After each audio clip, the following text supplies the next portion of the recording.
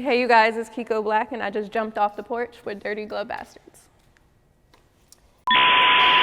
Let's get it. It's be on my body. Yeah, I push the start on my Rari. He fell in love with a hottie. All right, y'all. So we got the baddest sitting on the porch with us today. Kiko Blac. Hey y'all. Hey. Okay, so I got to listen to your music and girl, it's like I like it because for one, it's not the typical like beats that a girl would rap on. Yeah. It's like plug type beats. I love that shit. And I think it's really different. So of course we're super excited to get to hear your story and how your rap career even came about. Thank you. So it started like, I was always kind of like writing poetry and stuff growing up, but then when I moved to Atlanta, I'm like, okay, let me try this actual writing music thing out. Started writing music, but I wanted to make it like more so into what I like which was anime, video games, like all that type of stuff. So I always try to like sample those type of noises and sounds and beats that made me really connect more with the music that I'm making and not so much trapped out, my pussy this. Because I'm still talking about my pussy now, but I'm gonna talk about how good my pussy is when it comes to me on an anime beat. Like you ain't never seen shit like that really done. So. No, yeah. So just to go back a little bit, I know that you are from Baltimore. So talk about your upbringing in Baltimore. So I didn't have like the best upbringing because we all know, you know, kind of how rough Baltimore is. I went to a bunch of different schools, moved around a bunch, and then I ended up moving in with my grandmother at 17, and I was able to finish high school, ended up going to Bowie State for a semester, ended up having to pay my way through the school, like myself, so I started dancing. Then I moved to Atlanta because dancing in Baltimore really ain't like the best hustle in the world. Like I'm making $1,500 thinking like, oh my God, like that's amazing. How are the strip clubs in Baltimore? They different. They motherfucking different. Like Norma Jeans, Lust, like they different. I worked at both them clubs, the 2 o'clock club.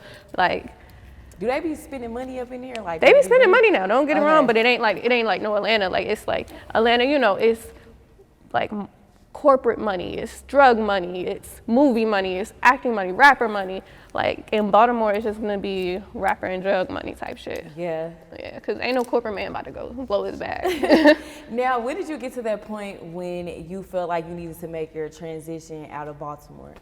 It's really when I was in college and I was trying to pay for my next semester, and I just realized the funds I was making wasn't gonna add up. So I'm like, okay, if I move to Atlanta, start dancing in Atlanta, I'll go back in college. But really, school ain't really my thing. So when it comes to dancing, is like Atlanta a tough crowd when it comes to that? I'm speaking from a girl who don't even know how to dance. I have no rhythm whatsoever, but I still made it and made something shake. So no, it's not hard because you can really talk yourself into some money, and that's what I was always doing. I love that. So initially, did you always know that you were gonna rap, or like had a little thought in your head like I'm gonna end up being a rapper? I always knew I was gonna be more of an introvert in the house, always doing what I do best, which is being in the house, watching my movies, watching my anime. I don't like outside. Like, I like being inside. I like being cooped up, watching a brand new series. Like, I like that type of vibe. And I was like, whatever I can do that can make me live the lifestyle that I choose to live, which is traveling, which is being in the house, and I have fun doing music. Like it's really a blast. It made me able to take my first trip to Korea. Like I'd never been out the country before until it made me possible to do my first performance out there. So, oh wow, how was that? It was a vibe. It was a vibe, especially because like I was so engulfed in the culture. It was so much fun. Right.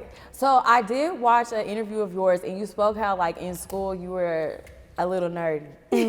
So talk to us about that. Okay, so in my opinion, like what really is a nerd? Like, cause I wouldn't really call myself nerdy because I was really cool with all the cliques. Like I was one of those who I was cool with everybody, but it was like the things that I liked wasn't cool. Like the anime, I couldn't talk about it. Like it kept it a secret until like, I'll say I was like 17. I like really kept it a secret around everyone that was around me and stuff. So I was just really to myself, enjoying my little things that I loved. Like I would bring my phone, watch, a little couple of videos that I found off a site. Cause back then we didn't really have like sites for animes. We had to go look up a little illegal site and watch it illegally on the site. Really? Yeah, like that's how Like you go far back with the anime now. yeah, that's how like that's how like lit anime was back in the day. There really was no channel for it. There was like Toonami. That's it.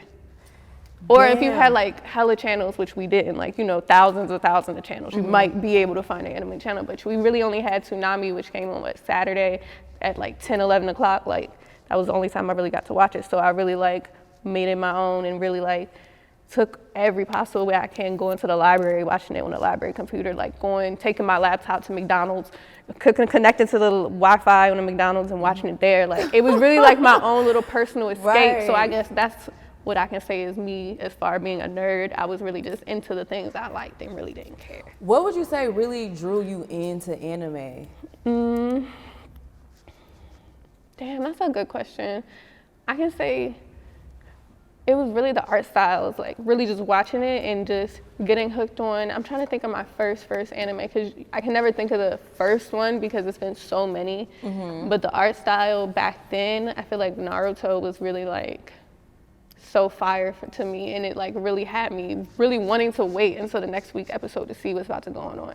Right. So I think that really just got me into it. After that, I kind of fell into a deep hole. I don't even know if they can see your bag. Can they see her bag on the camera? But please, like, I have to show off the tell bag. them you're not one of them. Like, you ain't No, one of the new ones. exactly, really like, one of them. You've been on that. Been. This is one of the new animes. This is from Demon Slayer.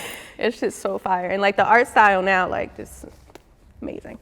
Oh my fucking God. art I style. love that so much. 'Cause I like I said earlier, like I really didn't know about anime until, you know, I told you like Meg Thee Stallion was coming out and she was wearing like the costumes during her performance. So to hear like a fan, like a day one fan talk about anime, it's really cool. Cause it's like I really like been wanting to transition it and really make the community understand it. Cause really growing up, nobody, like I said, I was a nerd, but now it's cool, it's acceptable. So now I really want to show them like, look, I'm really true to this. Like I really know about all of this. Like I really could be going to the conventions now thanks to my homegirl, because I've never been to one before. I was so nervous. I would always go by myself. Like I actually have friends that know about anime. We go to the conventions together. It's just like a vibe. Like it's so much more I could be doing within the music industry and mixing music with that type of community, and it's so untapped. Right. And speaking of friends, you brought some baddies with you in the Of course. Porch. So go ahead and introduce who you guys are. Okay, this is Emmy. Em's the goddess. She put me on, well, she took me to my first con, which was DreamCon. Oh yeah, I love it. That's cute. We're so excited. True, exactly. And then we have Sue. I met her in Atlanta because like we both like anime, of course. And then we have my sissy Trey from Baltimore. Hey. Now the transition from Baltimore and Atlanta, that's like two different dynamics. So did it take you a minute to get adjusted to the life out here? I had a plan when I came out here, and I kind of stuck to that plan the entire time. So I really was already mentally adjusted before I even, because when I moved down here, I was like staying in a hotel. Like I had a plan. like I really didn't allow the things that brought me up and shit to really affect what I'm trying to do with my future. So I just made it work, made it make sense. Even with so many different personalities, because Baltimore, I feel like I did with maybe like a good 3 personalities. Like everyone kind of, here, everyone is from everywhere. So it's a little different, because now we got West Coast, we got Middle East type females, we got Miami, we got so many different type of vibes. It's just, I sit back and kind of watch, because I'm an introvert anyway, so I be kind of just waiting to see who I really like, and then be like, oh, okay, hey. Yes, and I do want to ask you, like, as an introvert, do you ever feel like it may get in the way of you networking? So as an introvert, I feel like it doesn't get in the way, only because once I find a topic that I really like to discuss with someone, it goes out the window. Like now we're homegirls. Like you said, you like we're talking about it now. Like I just have to, what I'll say, get more out of my shell and just step out into doing things, because so many of the things in Atlanta for me involves like drinking and stuff like that. I don't drink, so I just be like, damn, everybody drunk. Like I'm trying to vibe with everybody. I'm trying to network. Everybody drunk. You know, part of Atlanta nightlife is being outside lit with everybody. Like, like everybody drunk, and I'm just out here I'm ready to go home. But I make it make sense. I do what I can. Now, getting into your journey with your rap career, let's start from the beginning to where you even decided to make it a full-on career. So once I got to Atlanta, I started making music with my friend Anthem, and he understood like what I wanted to do as far as music and turn it more so into the things that I like, which was bringing those different type of samples into the fold.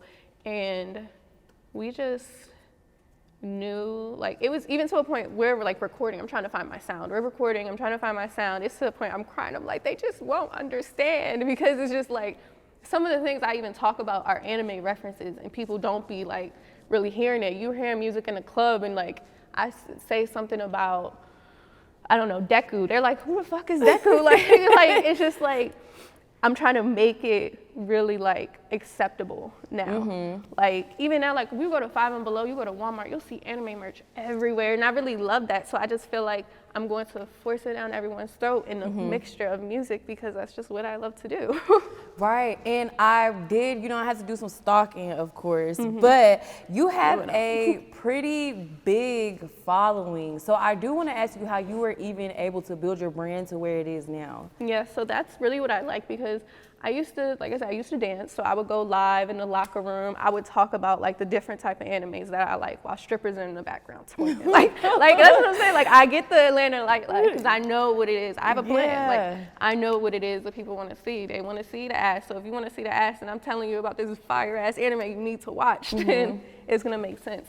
Then I also used to go live and play Mortal Kombat with them when Mortal Kombat was fire. It's kind of like an old game now. But when everyone was on that, like I used to really like be on that with them and play them on live and bet money with them. And that really kind of helped more so build my following, because I would like connect with them in a different way. And I was like, I was bad. So I was, you know, showing my body, showing what they like to see, and letting them know I like what y'all like.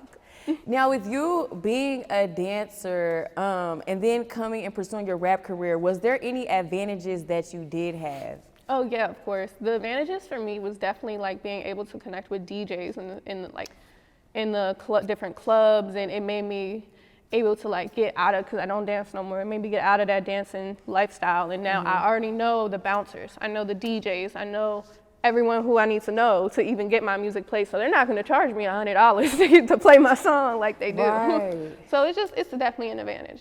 Now, your first time in the booth, what was your experience like? I was so nervous. Really? Yes, I was so nervous. There was so many people there. Like, I didn't really understand that I had to find a studio that I had to be really comfortable with, and find my own engineer that I had to be comfortable with. So I'm just booking studio time. And like, they see a girl in the studio, they're walking in my session. I'm sitting here like, this is just so uncomfortable. And like I said, I'm an introvert, so I'm getting so nervous. All these people in and out of my session. I don't know who it is. So I just had to realize like, I have to record in my own way, which is like being in my own type of space, having my own people around me, just not all over the place like that, because I'm not that type of person. I'm not a person that can really have a whole bunch of different energies around them during like that creative space. Outside of anime, what would you say is like your inspiration behind your music? My inspiration behind my music has to be, I would say, from my grandmother, rest in peace. She just passed away last year, and I really just promised her that I'm just gonna live my life and not really have the normal expectations of me be what they are. So I'm gonna do what I wanna do. I'm gonna travel, I'm gonna live, I'm gonna make the music that I wanna live. And she's the reason I do everything. Oh, I love that so much. Honestly. Now, I can't believe that we are in 2023, but we are here. So last year, what would you say were some things that you learned that you do not wanna carry into this year? Some things that I learned that I don't wanna carry is that I can't let everything around me affect what I have going on. Just because things are happening around me, I can still do what I got to do, accomplishing, and not really let it get to that emotional side of me and really have me reacting. And I really want to leave that in 2022 and just progress in 2023. I love that. You know what? I need to work on that too while I'm over here. Like, what are some things you don't want to repeat? Now, getting back into your music career as a woman, of course, in this industry, it can be a bit tough. So what would you say were some challenges that you've had to go through along the way? Some challenges are definitely, like I said, finding people who genuinely want to work with you for you and can see your vision. People will work with me and like, okay, you can work with me and just get paid, cool. But then they'll work with me and have an ulterior motive, and that's just not how I'm trying to do things. Like I said, I have a plan, I'm trying to do it the right way. And if you can't see my vision, then it's just not gonna clash. And that's really was like my hardest thing, is finding people to listen to me and see my vision and not just think it's cap. Because even with like guys out here in the industry, they don't understand a lot of anime shit either. So they're like, what the fuck is this girl talking about? like, but some people do understand it. So with that being said, I just need to work more with, more so open minds. And that's how I feel like females will get by more. I'm not gonna lie, like when I was listening to you, like everything was just going so crazy. I didn't even realize that you were talking about anime. Like I was just vibing. I was just vibing. But that's what I didn't even know that you were talking about anime. That's what I like. And next thing you know, you saying Kagome. You're like, wait, who the fuck is Kagome? What the fuck does that even mean? I'm just over here like nodding my head, rocking back and forth. Like I'm like, this shit is hard. Like I love it. Thank you. So with the things that you rap about, I honestly want to know what type of impact would you say you want to leave on your future fans? The type of impact I want to leave is that you can really just be yourself, because like I said, this was something I was so scared of. Like I was so scared to let people know I really liked anime, and it took me forever. Like even with my friend Emmy, I just found her. We just found each other, and we were like the bad bitches who like anime. Like I never seen that before. Like even Sue, we never seen that. So I really just wanted people to understand, like, it's okay to like what you like, and despite how you look, people have certain expectations for what you should do, what you want to do. And if you really just like sitting in the house watching anime, playing video games like a little otaku, it's okay. Like, it's cool. Did you ever once like question yourself when people may have thought that, like, what is this girl talking about? Like, what is she on? Did you ever have any moments where you kind of took a step back and was like, okay, why are they all questioning who I am, and this is really me? Like, the only reason I let that be okay, because I've been getting questioned who I was growing up the entire time. Even when I did let people know anime was something that I did like, they're gonna ask me 101 questions just to make sure that I even know what the fuck I'm talking about. Right. So it's I'm kind of used to it. So we got to get into your EP, Hoe-Kage. Did I say it right? No. No. How do you say it? Hokage. Girl, I didn't even know it was an accent in there. Oh my God. It's okay. But this is what I'm here for, to even let you know what it is. You know what? I'm not even gonna tell them to cut that out, because let them know. I said Hoe-Kage. Okay, repeat it again for me. Okay, it's Hokage. Hokage. Hokage. Okay. Yes, Hokage. Oh, I sound so fucking country saying it. Okay, so Hokage, let's talk about that EP and what it truly meant to you in the moment. Okay, so Hokage, let's talk about the definition of Hokage. Yes, please. So Hokage comes from Naruto, and the leader of the Leaf Village is the strongest ninja in the Leaf Village, and he is the Hokage. He's just in charge of that village. So, it's basically like the GOAT of all the ninjas, which I am. So I am the Hokage. That's basically how I did it. But it was this thing going around back in the day, I guess it was on Vine or something. It was like, you can't call me a hoe without Kage at the end. So I changed, how I wrote it, because it's Hokage. That's the original way to say it, but I spelled it like hoe. So it's just, to give the girls a little, because I just want to give it to him, you know? I like see, now that. you see it. Now you see it. Yeah, I like you. Now you see it. I just want to that. mix like that type of vibe with anime because bitches, like bad bitches ain't doing it. Like a bunch of guys are like, you know, into it and really tearing up the anime community. I feel like it's really our turn. No, okay, now that I got it. Yeah. So now we got to talk about your viral song. I need to make sure I say this shit right. Bunny Girl, is it Senpai? Senpai. Bunny Girl Senpai. So Bunny Girl Senpai, let's talk about that one because it's going crazy right now. Yeah, it just hit 1 million. I'm so excited about that, and I'm shooting the video for it this week. It's hard. I'm not gonna lie, like, and I don't even want to sound biased, but that one was the one where I was like, oh, this shit is crazy. Yeah, so that really like was my first anime sample that really like did what it needed to do. So I was just like, okay, so y'all really fucking with it. And now I'm really gonna do it, but I know, you know, drill beats are going viral right now. Like people are loving that New York sound. So it was the fact that that song really showed me like, it's fucking possible. Like I hit 1 million, like that was amazing to me. Like what I wanna do is doable. So it really just gave me that extra boost of like, okay, it's coming along. Let's fucking do it. If you think about it, you would really be in the lane of like Saw Baby. Yes. Yeah, like you would be in the lane of like Saw Baby because I do know that he do be doing like the anime. Like he got a song called like Anime World or some shit like that. And I think the lane that you're in is amazing because, first of all, not too many females can even step in that lane and rap on the type of beats that you do. Exactly, and that's what I'm like so excited about because it's like, this is what I've always wanted to do is really get y'all to hear the anime music and watch the shows and be interested in the type of things that I'm interested in, to find other bad bitches like me that like this type of shit. Like, yes, and you're 1 in 1 million. And you're actually about to drop a music video for that one as well. For Bunny Girl Senpai Freestyle. Okay, could you give us a clue on how it will look? Well, the name says it all. It's gonna be a bunch of bunny girls and it's gonna be a motherfucking vibe. I can promise you that.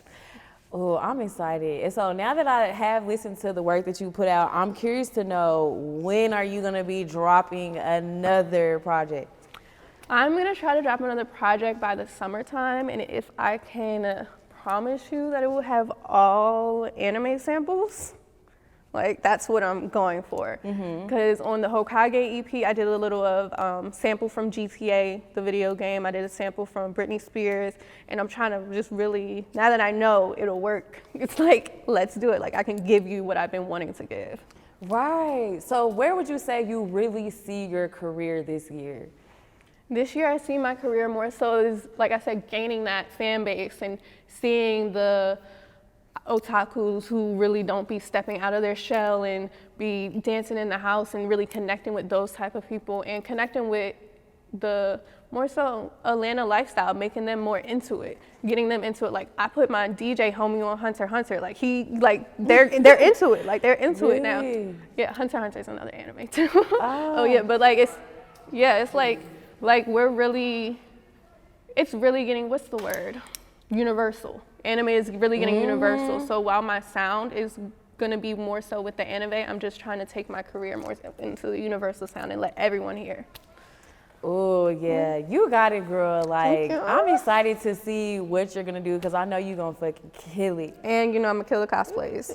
Period. Oh, when you perform, are you ready to like come out in the uniforms? Yeah, I'm really ready. Honestly, I was costumes, trying to get not uniforms. Yeah, not uniform. It's cosplays. Cosplays. So cosplays is with the anime stuff. You know, costumes is like all the other stuff, like Halloween shit. But I actually am like, I be doing a little bit of cosplaying now, but I be still so shy doing that. Like I won't be shy with the music, but I be shy doing like cosplay because I really be wanting to engulf the character. Right. But I've been doing them at cons and stuff. So when I do shows, I know I'm gonna like really fuck it up. Have like all my bunny girls in the background, or have all my just fucking, I don't know, Pokemon. Just so many different ideas that you can really do with performances and anime, and it's just so exciting. If you could do an estimate, so how many months do you feel it's really gonna take for people to wake up to the sound that you're providing now? Honestly, I'll say I'll give it a good 6 more months, maybe 6 to 12, only because I know how popular, like, the buzz is here now. Like, people are really noticing about it right now, like, within these last 6 months, honestly. Like, people are really getting more into it. So I think the next step is really for them to get into the music. And since the song went viral, it's just showing me, like, I just got to give them what they're asking for now. Exactly. Now, before we wrap up, I do want to ask, what advice would you give to any young women who are struggling with their confidence? Advice to young women that I would give who are struggling with their confidence is to look in the mirror every day and let them know how beautiful they are. Even if it seems dumb to talk to yourself, you giving your own self that self-confidence and that inner self, and it's okay to talk to yourself. It's okay to let yourself know that you are a bad bitch. Like, give yourself that every motherfucking day. Trust me, it's gonna engulf in you, and it's gonna develop and develop. And as soon as you get grown, you're gonna be like, why the fuck was I even worried? No, because that's how I was. I used to be like not really confident in myself and really insecure with shit like that. But then now I'm looking back like, okay. Okay. And also, one more thing, who is an artist that you want to work with before, well, actually, who you want to work with this year? If I really could choose, I think my number one pick right now would be Doja Cat. And I feel like it's because I feel like we have a lot in common. Like, we can connect. Me listening to her lyrics, we have some shit in common. Oh, I can so see that. And then with your style mixed with hers, and then, you know, you are not from the South, but I feel like you can still carry that little Southern, like, yeah, they're little, like, yeah. Oh, let's manifest that. That's gonna be manifest that's gonna be one that of would the be a ones for the motherfucking girls. hit right there. That's gonna be a fucking hit. No, yes, that's gonna be one for the girls for real. But before we officially wrap up, do you have any last words or shout outs? No shout outs, but thank you guys for tuning in, and make sure you guys follow me on all social media. It's Kiko Blac, Kiko Blac, and I just started streaming on Twitch, so also come watch me play some games, and that's Kiko for Hokage. And y'all know how to spell it, Hokage. Bye. Let's get it. Niggas be on my body. Yeah, I push the start on my Rari. He fell in love with a hottie. Leave him on red when he start acting naughty.